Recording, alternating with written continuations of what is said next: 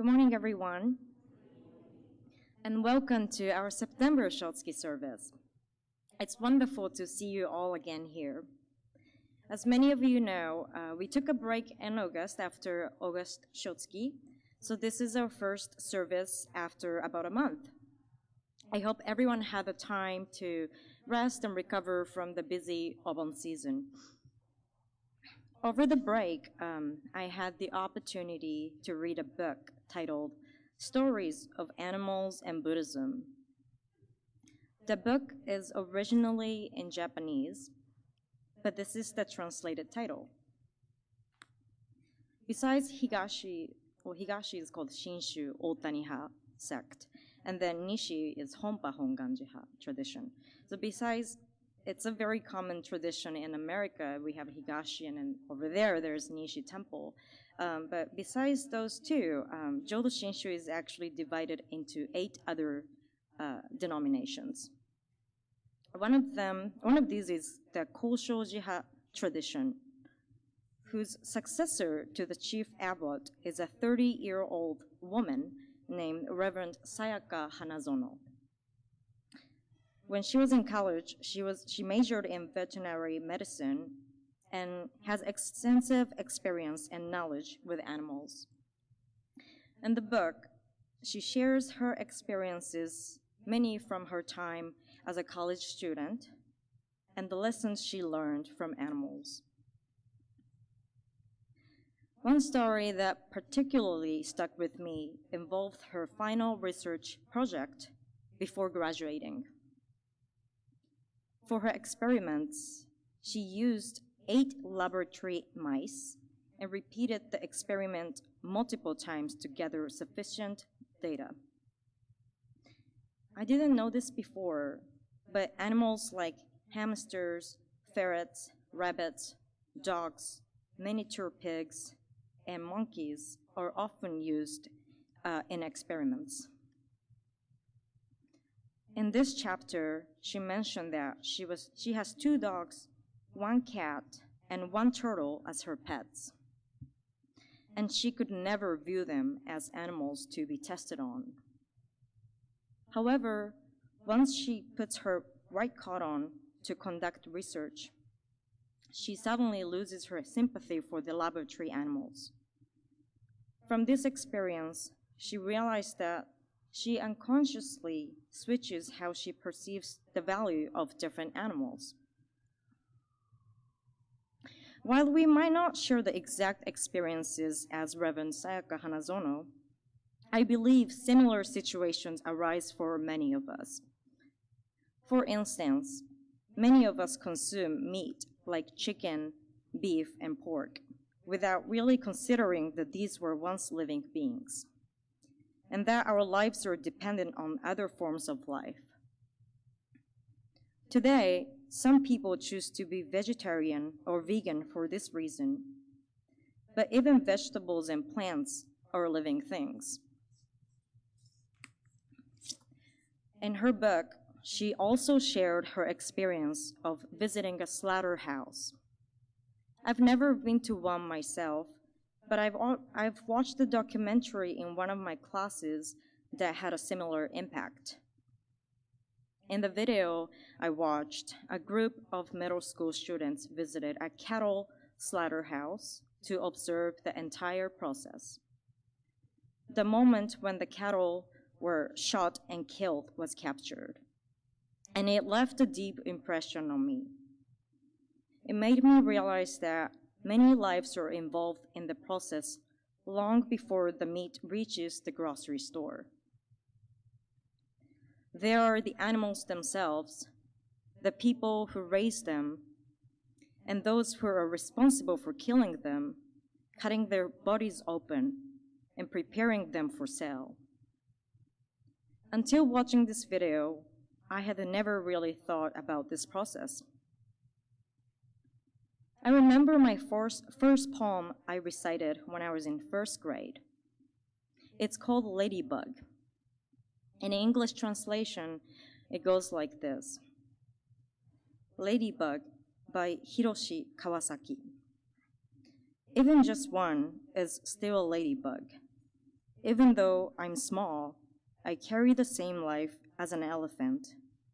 If you find me, say hello. And then I will say hello back to you in ladybug language. You won't be able to hear it though. In our minds, I believe we all can grasp the meaning of this poem. The Shoshinge, which is the chanting that we just chanted, it begins with the phrase, Kimyo Muryoju Nyorai, which means I take refuge in Tathagata, immeasurable life. Amida Buddha's primal vow was made for sentient things, which refers to all living things, not just humans.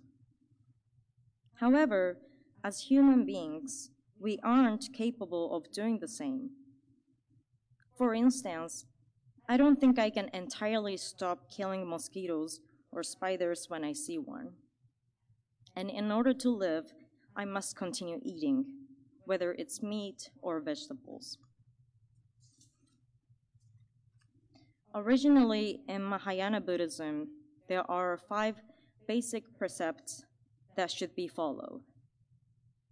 Abstaining from killing living beings, stealing, sexual misconduct, lying, and intoxication. However, in Jodo Shinshu, we don't really have such precepts. The reason for this is that in reality, we are incapable of fully adhering to even a single one of these precepts. The practice of Buddhism takes place in the everyday experiences and challenges of ordinary life. But this doesn't mean we have given up on them. It's important not to become defiant, and rather, I believe it's crucial to recognize I am a foolish being, a bombu, when you break a precept. Even though we are bombu, who can't even commit to one precept, Amida Buddha continuously pours compassion upon us. An essential teaching in Jodo Shinshu is conveyed in the phrase Sesshu Fusha, which means grasp and never abandon. In the hymns of the Pure Land that Shinran composed, there is one hymn that goes like this. Sing the sentient beings of the Nembutsu, throw out the worlds, countless as particles in the 10 quarters. The Buddha grasped and never abandons them, and therefore is named Amida. It is difficult to show the same boundless compassion as Amida Buddha, whether in our daily interactions with others, moments of frustration, or when we unintentionally harm living things. We are constantly reminded of our limitations. However, despite these shortcomings, Amida's compassion remains unwavering. This teaching reassures us that even though we may fail, Amida never abandons us. Through this deep, unconditional compassion, we are embraced and encouraged to continue on our path, no matter how imperfect our actions may be. On a different note, this is a bit personal, but it's already been a year since I became an overseas minister here. And the time has flown by so quickly.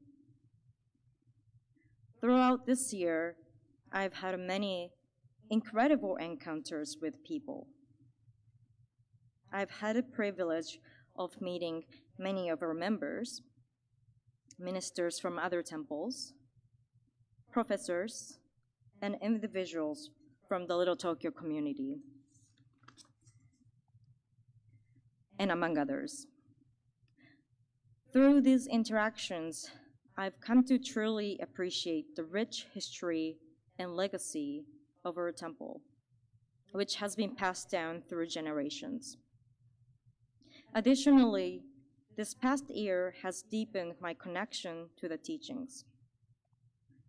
I learned more things through my own life experience than when I was in college. Though I've had my share of ups and downs, I'm always grateful for the unwavering support and help we receive.